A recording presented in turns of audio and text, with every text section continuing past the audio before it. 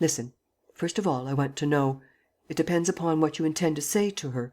Be frank, my boy. What do you want with Geneviève?" He said, gravely: "I want to say this.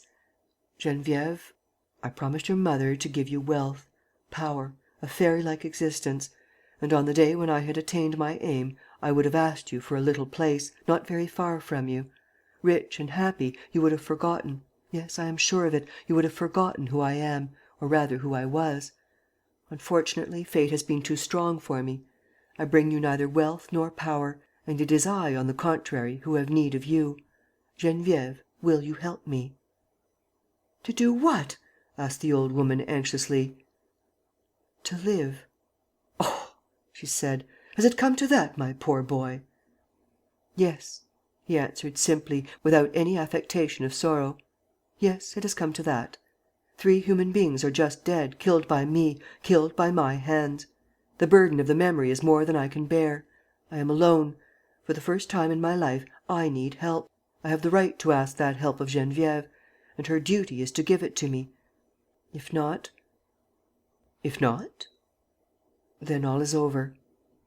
The old woman was silent, pale and quivering with emotion. She once more felt all her affection for him whom she had fed at her breast and who still and in spite of all remained her boy. She asked: "What do you intend to do with her?" "We shall go abroad. We will take you with us, if you like to come." "But you forget. You forget." "What?" "Your past." "She will forget it too. She will understand that I am no longer the man I was, that I do not wish to be." "Then, really, what you wish is that she should share your life, the life of Lupin?" "The life of the man that I shall be, of the man who will work so that she may be happy, so that she may marry according to her inclination. We will settle down in some nook or other. We will struggle together, side by side. And you know what I am capable of." She repeated, slowly, with her eyes fixed on his: "Then, really, you wish her to share Lupin's life?" He hesitated a second, hardly a second, and declared plainly: "Yes, yes, I wish it. I have the right."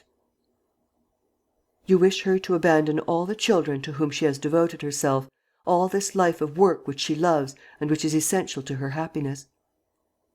"Yes, I wish it. It is her duty." The old woman opened the window and said: "In that case, call her." Geneviève was in the garden, sitting on a bench. 4 little girls were crowding round her. Others were playing and running about. He saw her full face. He saw her grave, smiling eyes.